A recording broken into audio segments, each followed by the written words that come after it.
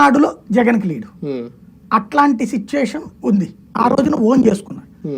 అయితే ఇప్పుడు బీసీలలో కాపులలో ఒక ఫీల్ వచ్చింది, అంటే ఎన్నాడు ఇది మన వాళ్ళకి ఉండవా అనేటువంటి ఒక ఫీల్ వచ్చింది.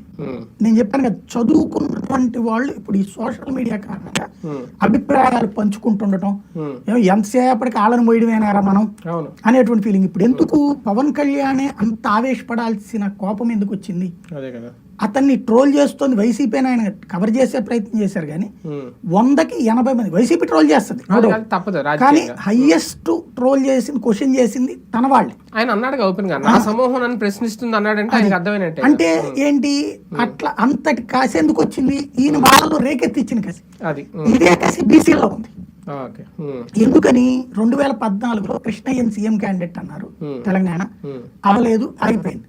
అతన్నే కంటిన్యూ చేస్తుంటే 2019లో తెలుగుదేశం పార్టీ బాగుండండి, అది చెయ్యలా. రెండోసారి వచ్చేటోడికి కాంగ్రెస్ కి ఇచ్చేసింది రేవంత్ రెడ్డి, ఈ కాన్సెప్ట్ లో వెళ్ళిపోయింది.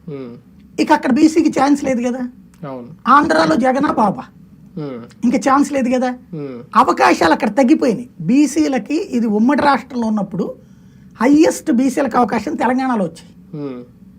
దగ్గరగా 60-70% తెలంగాణలో బీసీలే ఎమ్మెల్యేలు అవుతుండే, ఇక్కడ ఓసీలు అవుతుండేవాళ్ళు ఆంధ్రాలో ఎక్కువగా. ఈ రాష్ట్ర విభజన తర్వాత తెలంగాణలో వచ్చేటోడికి